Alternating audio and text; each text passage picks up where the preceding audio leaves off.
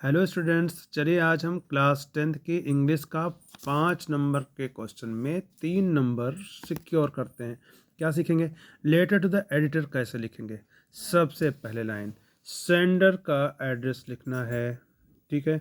और यूजली ये क्वेश्चन में ही दिया रहता है, ये ध्यान रखना, ये क्वेश्चन में ही दिया रहता है। You have not to write down your own address, it is written inside your question पे क्वेश्चन, ठीक है ना। सेंडर एड्रेस में house number, locality and city pin code you have to find out it in your question, ठीक है।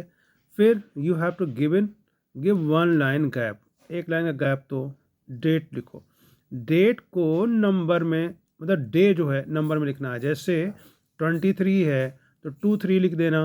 Month को text में लिखना, जैसे जनवरी का JAN लिख दो, मार्च का MAR लिख दो।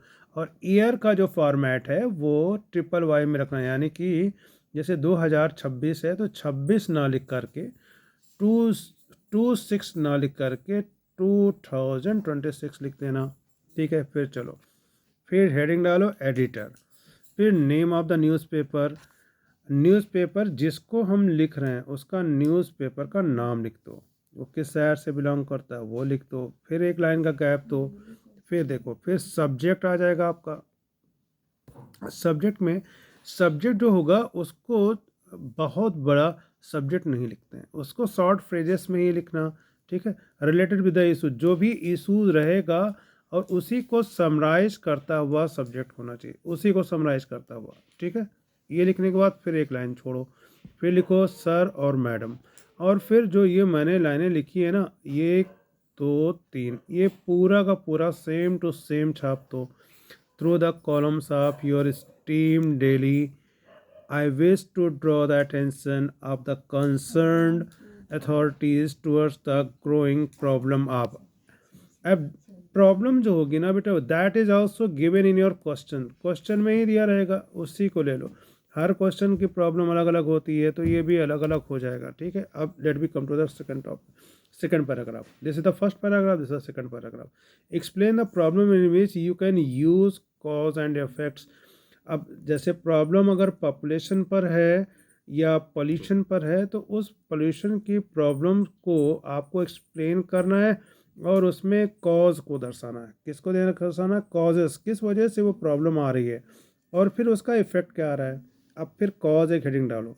The primary reason behind this is, अब कॉज क्या है, उस कॉज को, इसको पहले एक लाइन ऐसे सीधी सीधी लिखो और उसके बाद उसमें आगे जोड़ दो, ठीक है। इफेक्ट, अब अगर कोई कॉज है, जैसे पोल्यूशन है तो पोल्यूशन का कोई कारण तो होगा ही, तो उसका कोई इफेक्ट भी आएगा, उसका इफेक्ट जो आएगा उसको इफेक्ट को ऐसे इस लाइन से बनाते हुए लिखो। इसे लिखो, this has cause a lot of inconvenience to the residents. अब अगर पोल्यूशन है तो उस पोल्यूशन की वजह से जितने भी वहाँ पर रेजिडेंट्स रहेंगे उनको तो कुछ ना कुछ प्रॉब्लम होगी ही होगी, तो उस प्रॉब्लम से जो उनको असुविधाएं हो रही हैं उसको इस लाइन के थ्रू आगे जोड़ दो, ठीक है। अब देखो आगे क्या करना है। आगे फिर थर्ड पैराग्राफ जब सारी चीज़ें आप लिख लोगे, ठीक है, तो थर्ड पैराग्राफ पे आओगे। और थर्ड पैराग्राफ में क्या लिखोगे, ये थर्ड पैराग्राफ भी तुमको सेम टू सेम लिख देना है, write the same.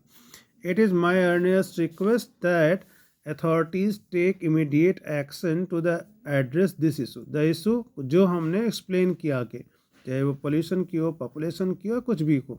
I hope my letters finds a place in your newspaper and serves an eye opener for those in the power।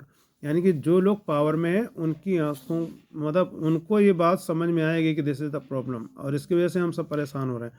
You have to write down these lines same to same, ठीक है।